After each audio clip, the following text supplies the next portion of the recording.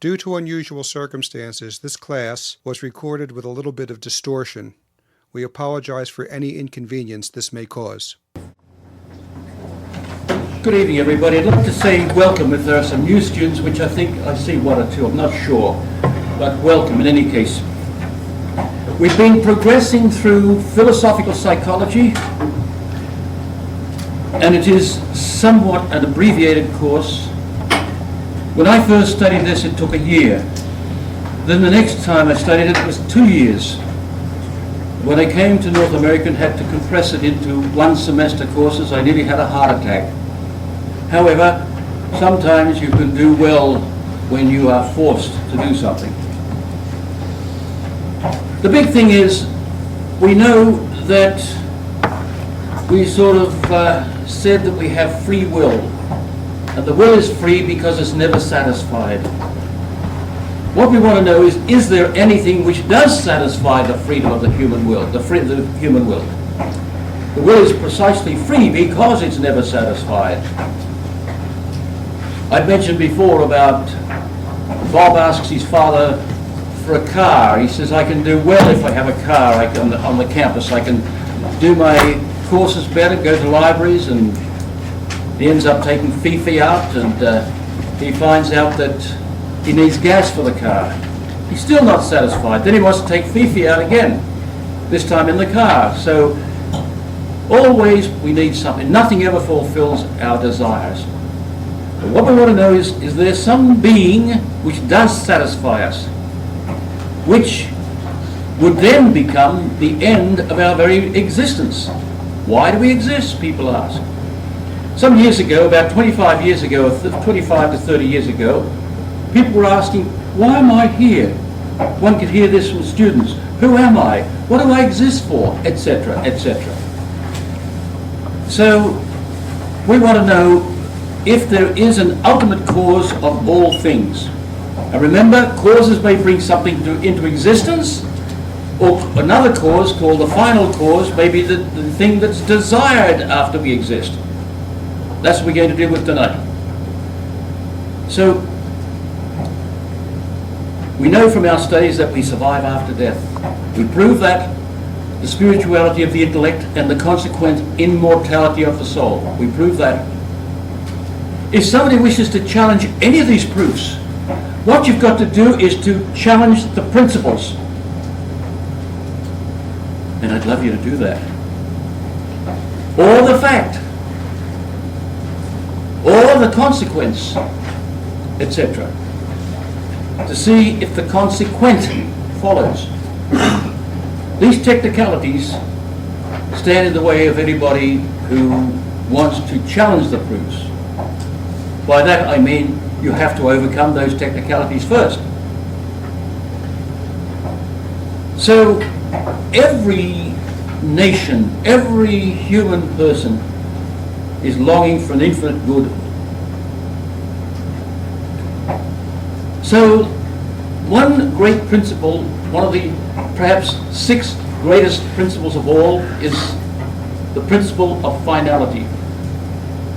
The end is principle. Everything you do is for the sake of an end. I stood at the Ottawa airport one day and along came 2 French-Canadian friends. Gilles was a dentist. Bonjour les amis, hello my friends, how are you, I said. Where are you off to? Nowhere.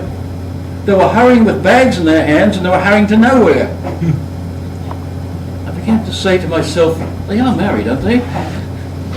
So, they were going nowhere. A bit hard to believe that. They asked me where I was going. I said, I'm on my way to Australia.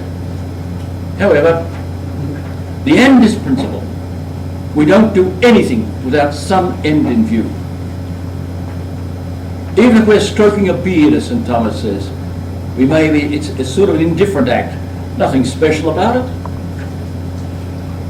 But there is a satisfaction in that. Now here we ask, does our end exist? Is it a God? Is he our end? First we have to discover if he exists, or as someone put it, does he still exist? If our end or the reason we exist does not exist, then we're in a state of despair. But people of all ages have assumed that he does exist. The Australian Aborigines, the Bush Pygmies, the Kuku tribes in New Guinea. Drive you cuckoo trying to say that.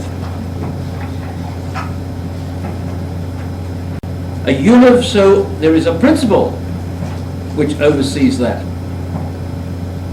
A common end or a universal effect demands a common cause. If the whole human race and each member of the race, each people, if they're all thinking about another life, like the New Guineans, for instance, I have pictures in Colin Simpson's work showing children feeding grandfather. He'd been dead 6 months, at least leaving food for him, and talking to him, and sitting by his side, his body propped up with sticks and arrows. So a universal effect demands a universal cause. The Aborigines, they speak about the dream time, the Australian Aborigines. The American Indians, it was said there was one race that didn't believe in a God or believe in some life after death. And it was found out later that they did. At Terra del Fuego in the south of South America, it was found out that they did accept this, but didn't. It was so private to them they didn't want to talk to white men about it. So it is implanted in the nature of every being to desire the infinite good, the maker of all being. Man alone is conscious of this desire. Trees, the form of a tree causes it to struggle to be the best tree it can be. What stands in its way is the fragility of matter. The matter prevents it from being a perfect tree. And every apple tree would be a perfect tree but for the matter. It's implanted in it to reach perfection. So, I'm often asked if I believe in God. My usual answer is no. It's not a matter of a belief, it's a matter of a scientific conclusion. In other words, it is possible to prove the existence of God, not merely believe it.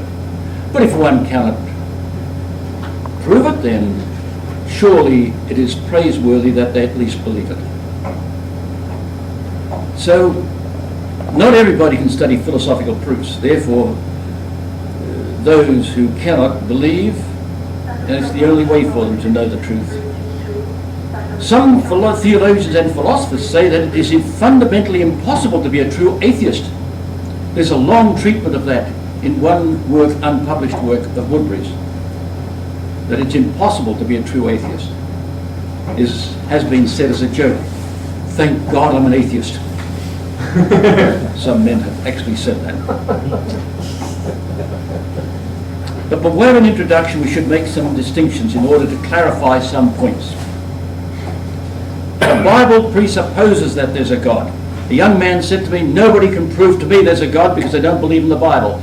I said, what the hell has that got to do with it? It has nothing to do with it. The Bible presupposes the existence of God. The study of God's existence is not religion. Religion is the bond between man and God. In religion we pay homage to God and presuppose his existence. A past astronomer royal in Great Britain said, there is no God. A woman was quoting that to me one day, a scientist who was all claiming this is all a lot of nonsense, and why the astronomer royal said there is no God.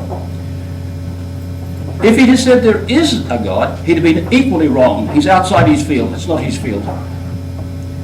Observation is his field. Reminds me of the surgeon who said to me, I've operated on hundreds of people, I've never found a soul yet. I said to him, I think it was about 22 or something like that at the time, I'd have been surprised if you had found a soul. His whole work is based upon observation. And the soul is not observable, it's intelligible. We have a lot more to say about that, of course, as we've said before. So, Bishop Paley's argument. And I spoke to a priest who was going to speak on EWTN. He's going to use this argument. I said, Father, drop it. I said, you're on shaky ground. Bishop Paley's argument is, what a magnificent, beautiful sky up there. Look at this great reality. And, oh, surely there's a God. Yeah, surely there's a God. But you cannot prove God's existence just from the overall beauty and design of the world. It's non-apodictic, as the philosophers say. One special work on natural theology declares very clearly that you cannot prove the existence of God with Bishop Paley's argument. It's a famous failure, a famous flop. But the priest went ahead, I think, and did it anyway. There's a great dispute today over what's called the intelligent design. But that's not a philosophical proof. So, Bishop Paley's argument fails. Another attempt was made to prove the existence of God by St. Anselm. And he does a beautiful job, but fails. St. Thomas criticized his argument. He lived about the 10th century, and St. Thomas lived about the 13th century. And this argument is a complete failure. All it does, it ends up proving I've got a concept of God in my mind, nothing else. Complete failure. It's a very heady thing to read. St. Anselm has been called the super-rational philosopher. He thinks everything through right to the end, but he failed in this one. So whether it can be proved that there is a first cause is our concern tonight. It seems an impossible task. For instance, when I first came to the University of Montreal to study, André Dupont and Claude Lagadec were two of my classmates. They asked me to go to lunch one day, and I've never forgotten the dilemma they were in. After having studied in a classical college and studied all these things, they still didn't understand it. How can you prove the existence of a God from the existence of trees out there? From finite things to infinite. How is that possible? They did not understand they've both got something in common, and I'll tell you what it is. Existence. They missed the whole point. However, we'll have more to say about that. That's what God and these things have in common: existence. So, my friends, we now know from our studies that we survive after death, as I said, and we've got to try and prove, is there such a thing as a God? So, we'll jump right into that now. There are 5 ways of proving the existence of God. Jacques Maritain, the great French philosopher, says there's a 6th way. We won't go into that. But there are 5 limitations on all the things around us. 5 limitations. 5 reasons that show the limitation of things all around us. They have to be moved. Nothing moves itself. You'll say, what about us? We move ourselves. Do we? We'll talk about that shortly. They have to be caused. Nothing can cause itself, because that means it existed before it existed. They have to be caused to exist. Things can't come into existence. Things can't cause themselves. That means we can't give ourselves something before we've got it. We can't have it and then give it to ourselves. But the existence is a special one. They have limited perfections. Everything has limited perfections. Nothing is perfect around us.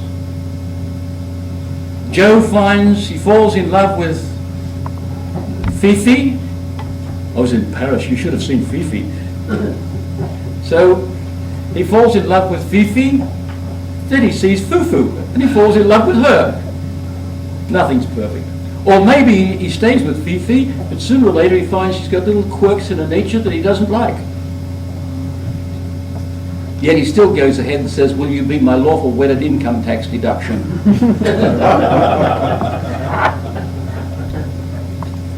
Now there are different answers. Theism, which means there is a God, that's one answer. Atheism, which says there's no God.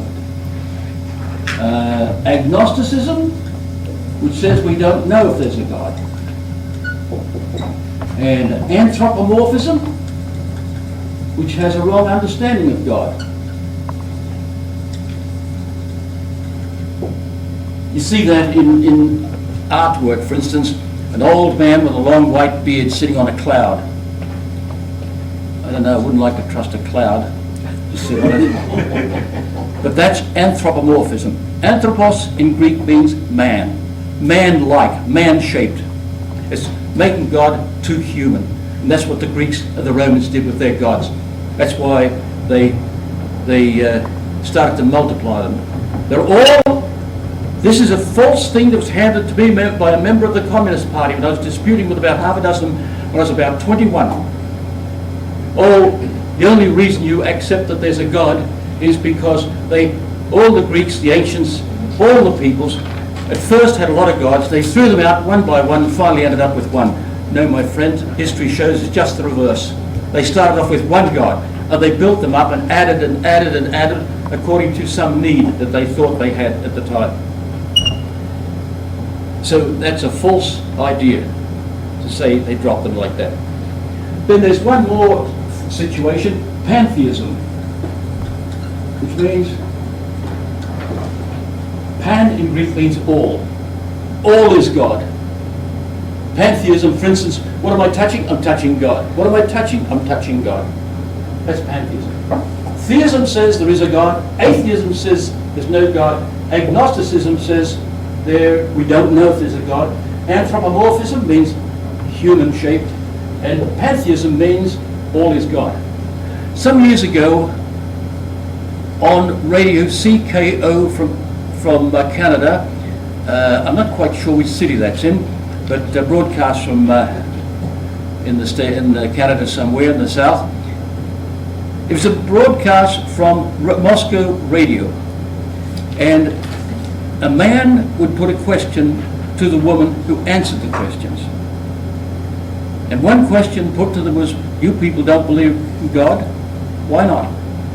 They said, no one can prove there's a God. They were wrong.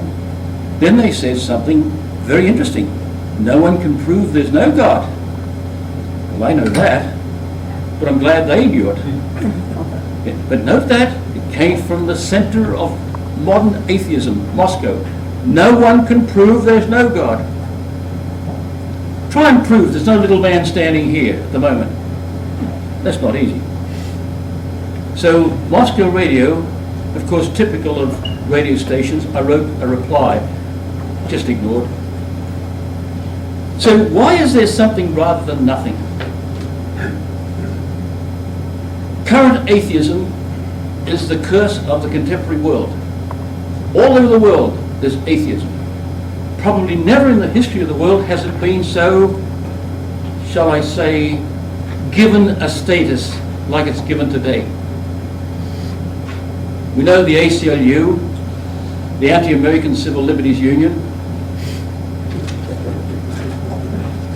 that's what I like to call them. They will insist there's no God. They're trying to stamp the name God out everywhere. But St. Thomas argues in his treatment of the existence of God in the first part of his great Summa, question 2, Article 1 to 3.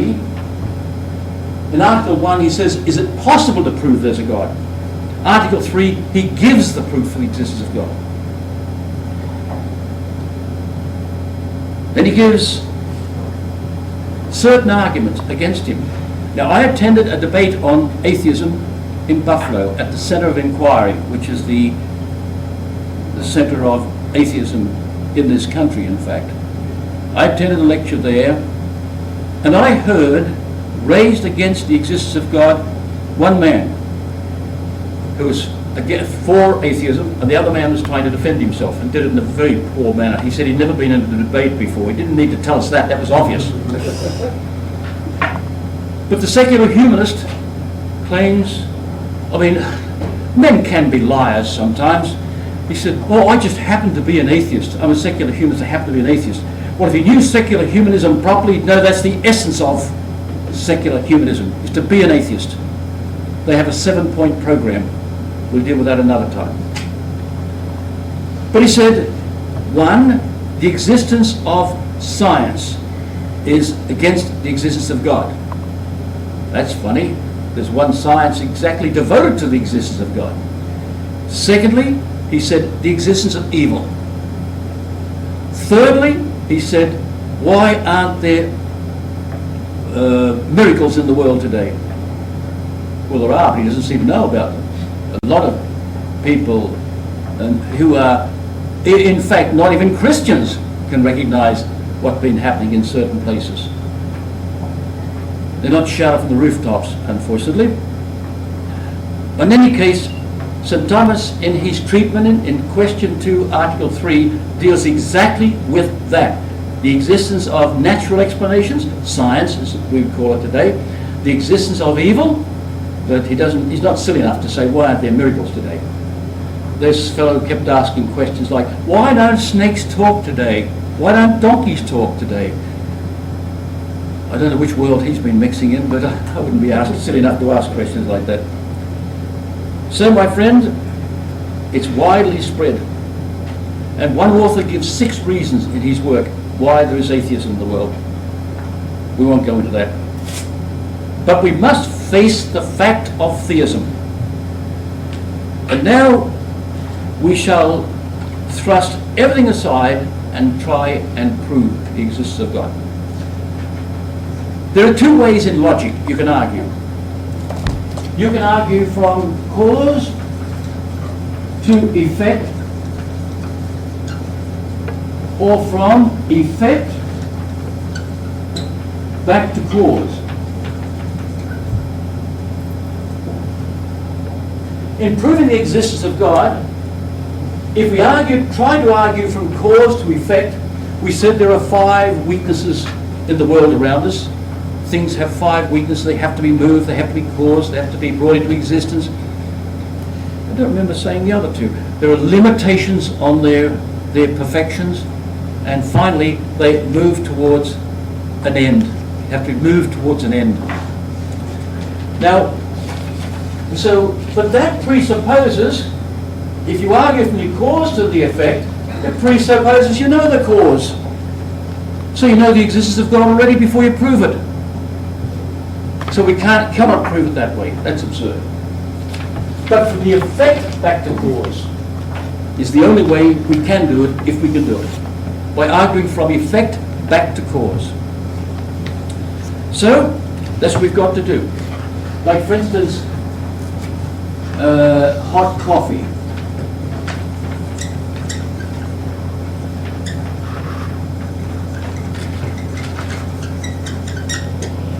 We pull the spoon out of the coffee and feel it, say, oh, this coffee's hot. We're arguing from the effect back to the cause. The technical terms, a priori, from a prior thing, if you like. A posteriori, from a posterior thing, from a later thing. So this is the only way we can do it. So we're going to now get going on the first way, which is said by many authors that is the easiest way for a beginner. But that doesn't mean to say it's a simple thing. It's the easiest way for the beginner from movement, because movement is so obvious all around us. So we argue from movement back to the cause of movement. Now Aristotle did this. What's the reason? Thank you. Bear with me for 1 second. We're going to go into the technicalities of this, and we'll review it. We might do it a couple of times in order to make sure that it's graspable. Let's take a movement, a simple, obvious movement. The hand moves a stick to move a stone. A simple, obvious movement. There's dependence of the movement in the stone on the movement in the stick. There's dependence of the movement in the stick on the movement in the hand. Probably have that a bit low. Is it obvious to you people in the front there? You see it? The hand goes from potency to act. From can move to does move. Potential to moving to actually moving. The stick goes from potency to act. The stone goes from potency to act. You people might find that a little difficult, the potency and act. All being is composed of, all the beings around us are composed of two principles, a potential principle and an actual principle. Well, we needn't even bother about that, which we deal with in metaphysics. The hand goes from can move to does move. The stick goes from can move to does move. The stone goes from can move to does move. The student said to me, you only say we argue back to a first cause of movement. Now, let's just jump to that just for a second. There's an unmoved mover. Aristotle is very famous for his proof, and he lived about 400 BC. He saw this, that there must be an unmoved mover. The student said to me, you only say that because you don't know what comes after the hand. Why me? The hand is moved by the muscles by the nerves by the locomotive power by the passion by the internal senses, the imagination. And the imagination is moved by the will. What moves the will? It's another question. But nothing can give itself what it hasn't got. Example I've said to students. Have you got $50 in your pocket? No. Well, why don't you give it to yourself? Then you'll have it in your pocket. Nothing can give itself what it hasn't got. So the stick has to convey to the stone what the stone hasn't got. It goes from can move to does move. Now note, this is a key word, simultaneity. That is to say, it all happens at the same time. It's nothing to do with time. Hand moves the stick, moves the stone, is simultaneous. That's all you have to know. We go back further, but that's all you have to know. In other words, a moved to move mover. If you can grasp the notion of that, you've got it. You've got the secret. You'll see more about it presently. The stick is moved by the hand in order to move the stone. The stick is moved in order to move that. So it's a move to move mover. That's the secret. Everything that is moved acquires the movement. It hasn't got it beforehand, and it gives itself the movement. Some people object, what about a living thing? All right, let's try it. Let this represent, say, man, for instance. Part moves part.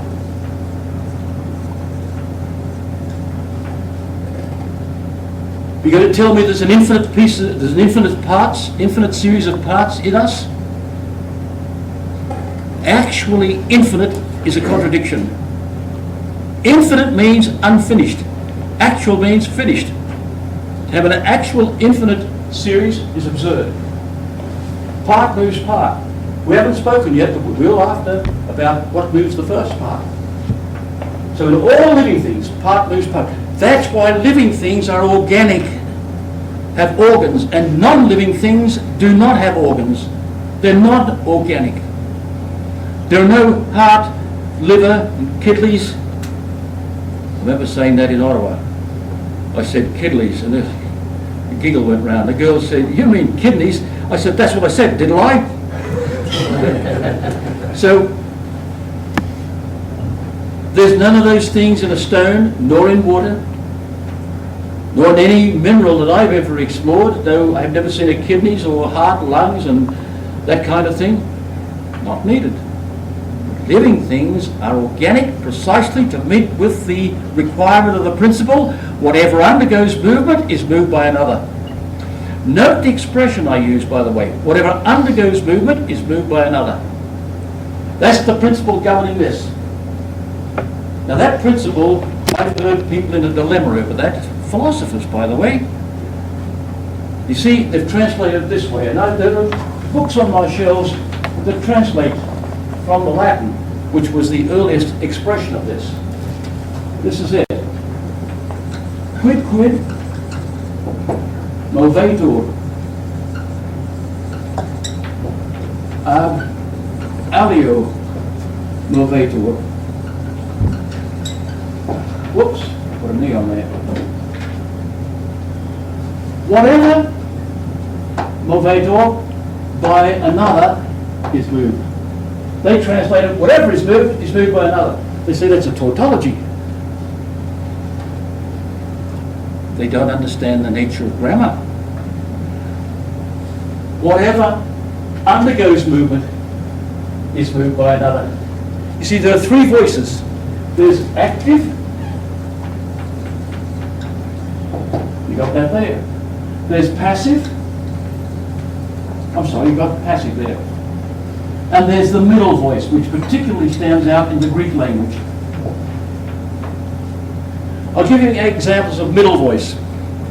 This butter cuts well. I've never seen butter cut in my life. This wood saws well. This can undergo the action of sawing well. This butter undergoes the action of spreading well. It means it's neither active nor passive.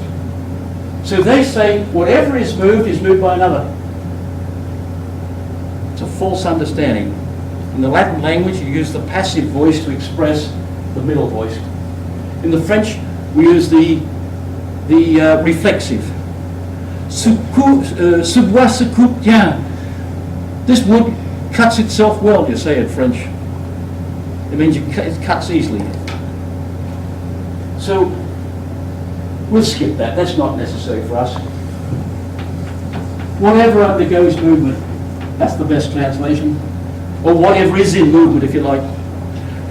Every moving thing must be moved by another. So then, my friends, there we have it. Whatever undergoes movement is moved by another. Now, here's the principle. There are two principles involved here. One, the principle of movement.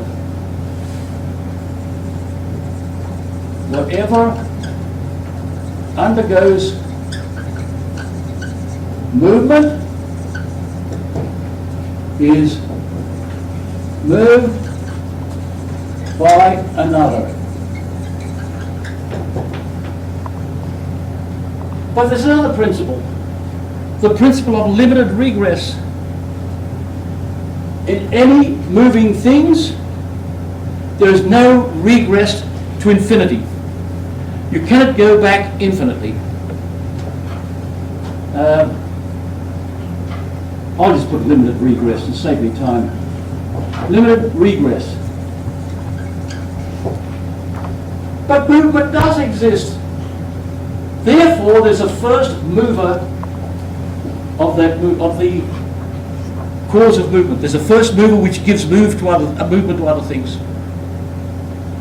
Now, you might say it could be a myriad of movers. Yes, so far that might fall.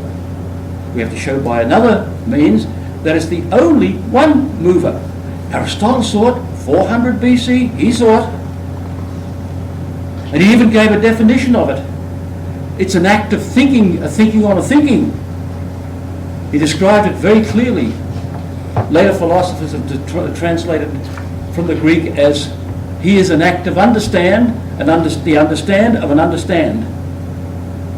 That's the Aristotelian definition of what is the cause of all this movement. Anyway, you cannot go back. Now, it depends upon essential subordination. So limited regress. In a series of movers essentially subordinated, there's no regress to infinity. That's in your text, by the way. I've put it in there for you. So, hand, stick, stone, they're essentially subordinated. Let's look at that. That's the key to it. Let's look at that and see what other kinds of movements there are. Or essential subordination. You get the notion of that. Simultaneity is the key to that. Happening at the same time. For instance, we have stairs. Each one supports the one above it because it's supported by the one below it. Supported to support supporter. And that's an artificial thing, of course. You take in the car, cogs moving other cogs, that sort of thing. Push to push pushes. Consider a train, for instance.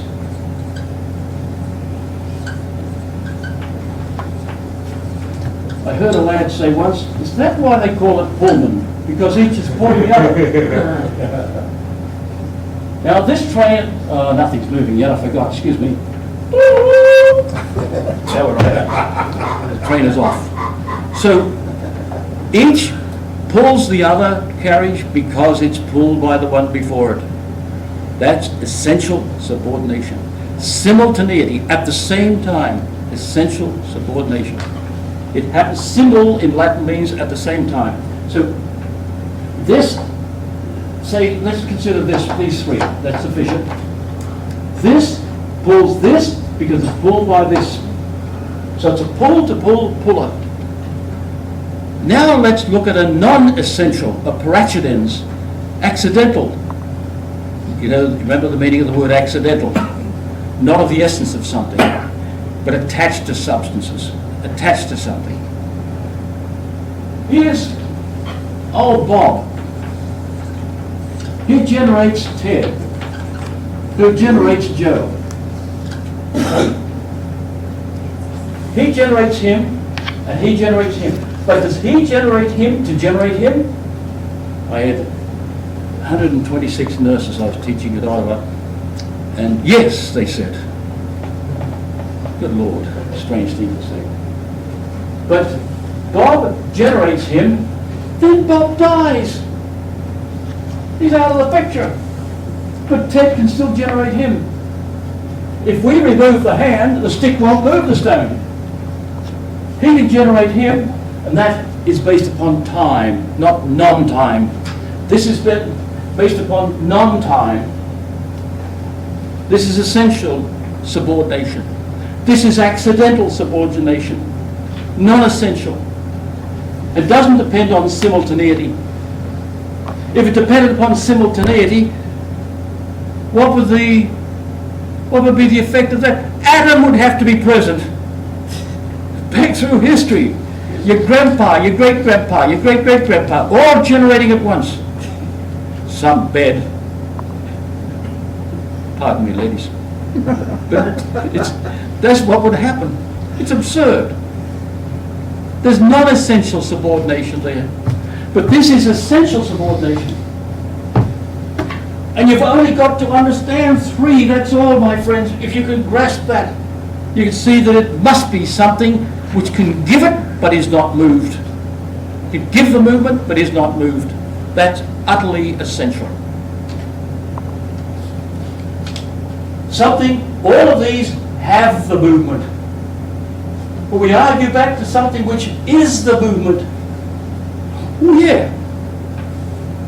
Remember, who was it? Was it Abraham, was it? Who are you, Lord? I am who am. Don't look at in the New Catholic Catechism where it says, I am who I am. That's absurd. False translation. Or I am he who is a bit better. But I am is my name. I'm the verb to be. I'm the very existence itself. I be in myself. I am the one that bees. I'm the source of all being. That's what that means. I am the one who is, not the one who has be, but who is be. So, you go back, you could say this, I am move. I'm the mover. You could say put it that way if you wanted to. I'm the mover. And my friends, if you find fault with that, what you've got to do is to reject one of the two principles. Principle of movement or the principle of subordination, limited regress.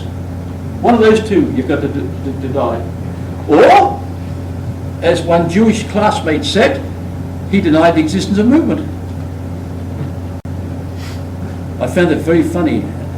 And Yehuda said to me too, he said, and furthermore, which contradicted what he'd already said, the Sputnik, which the Russians had put round at the time, proves that we can go on, we can have infinite movement, unmoved, he says. What strange reasoning that is. A satellite can keep going, but as of course we proved later, we saw very clearly, they stop after a while, they wear out.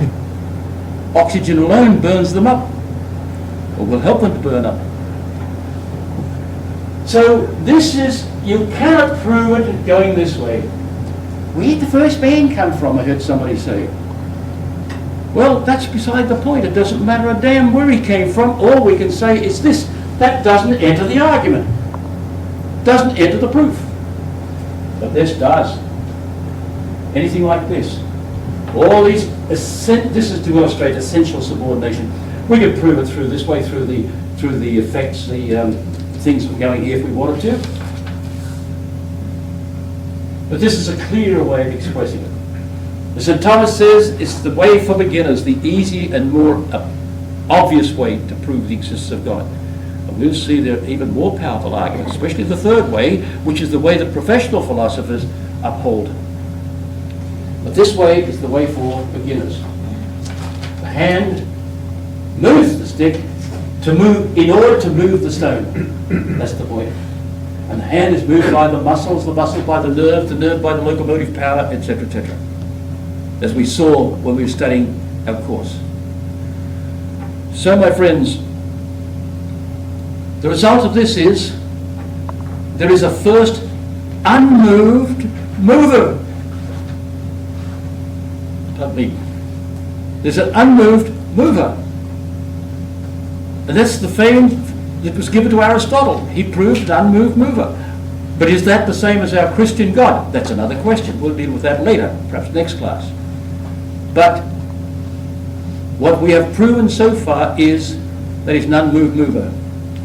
Now, if he's an unmoved mover, that means he's no potency in him, no potentiality for movement. We saw that all beings are made up of potency and act, but there's no potency in him for movement. He's not potentially moving, he's actually moving. So that Aristotle was able to define God as a pure act of thinking about his own thinking, because the highest actuality that anything can have is to be intellectual. He didn't even say it was an intellect thinking about itself. He said it's a pure act of intellection, and the object of its intellection is itself, its own act of intellection. Well, we'll see from the third way that it follows that am, the verb to be, which is a part of the verb to be. I am who am. Am is my name. So this way takes us back to prove that there is something which it can move, but is a pure actual movement. Movement's in its nature. It cannot not move, put it that way. Movement is in its very nature, its very being. That's what that means. Not that it's potentially moving, but in act. And the source of all movement. And there can't be more than one. Why not? Because that would indicate there's a potency in it. What would be the principle of the manyness? Why would there be many? That doesn't make sense. When you have many, you've got to have a reason for the many. Principle of manyness. Something to multiply it. How's it multiplied? It's one pure act of existence. Pure act of move. We'll see it's got pure act of goodness, pure act of ubiquity everywhere, etc., etc. So, my friends, we argue from effects back to cause. Just as if you go into a china shop and you see everything's been a mess. Good Lord, there's been a bull here, you'd say.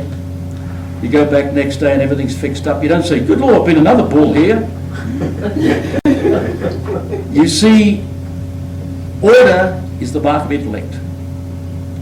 And that's where the people have a certain rightness in speaking about the magnificence of the whole of created order. It manifests the idea of a God. Yes, but you can't prove like you can with the 5 ways that we're using. So, my friends, we see an earthquake, we conclude there's something like an earthquake to cause the destruction. So you notice what this proof proves? Not that God was, not that this unmoved mover was, but it is. We're arguing from a greater to a lesser. Contemporary philosophers classify proofs ontological, cosmological, teleological. Well, that merely demonstrates their ignorance about the 5 ways of trying to understand them.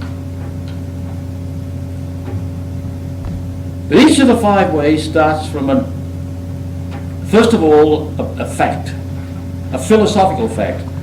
Not a fact like, for instance, in the experimental sciences. Does iron conduct electricity? Well, this piece did, that piece did, that piece did, so does that piece. Therefore, they jump to a universal effect, universal conclusion. Iron conducts electricity.